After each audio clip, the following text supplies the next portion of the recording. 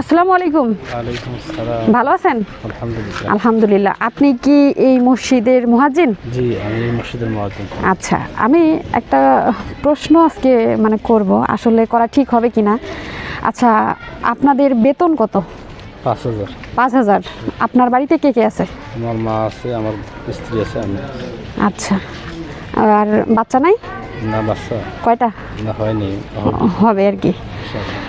আচ্ছা, আপনার এখানকার কাজ কি মসজিদে? মানে আজান দেওয়া আর মসজিদ পরিষ্কার করা। আচ্ছা, আপনি ৫ ওয়াক্ত নামাজের আজান দেন ৫ বার এবং মসজিদ আপনি পরিষ্কার করেন, তাই তো? জি।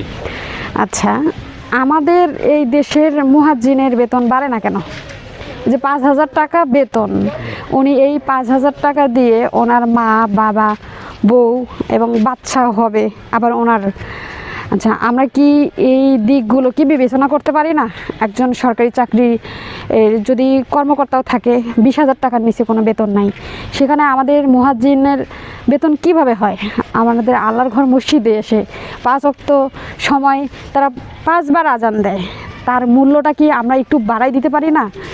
আর যে এই যে ইসলামের পথে যে কাজ করতেছে, একটা মসজিদে এসে পরিষ্কার করতেছে, তার বেতন কি আর বাড়া যায় না? এই সকল ভিডিওগুলো শেয়ার করবেন। আর আপনার জন্য আমি কি করতে পারি সেটা দেখি একটু। আর আমি বলবো, এই ৫,০০০ টাকায় আপনার বাড়িতে সংসার চলে ঠিক মতো? হিমশিম খান না? কোনো কিছুর প্রয়োজন হয় না? একটু সমস্যা হয়, একটু আল্লাহ পাক আসান করে দেয়।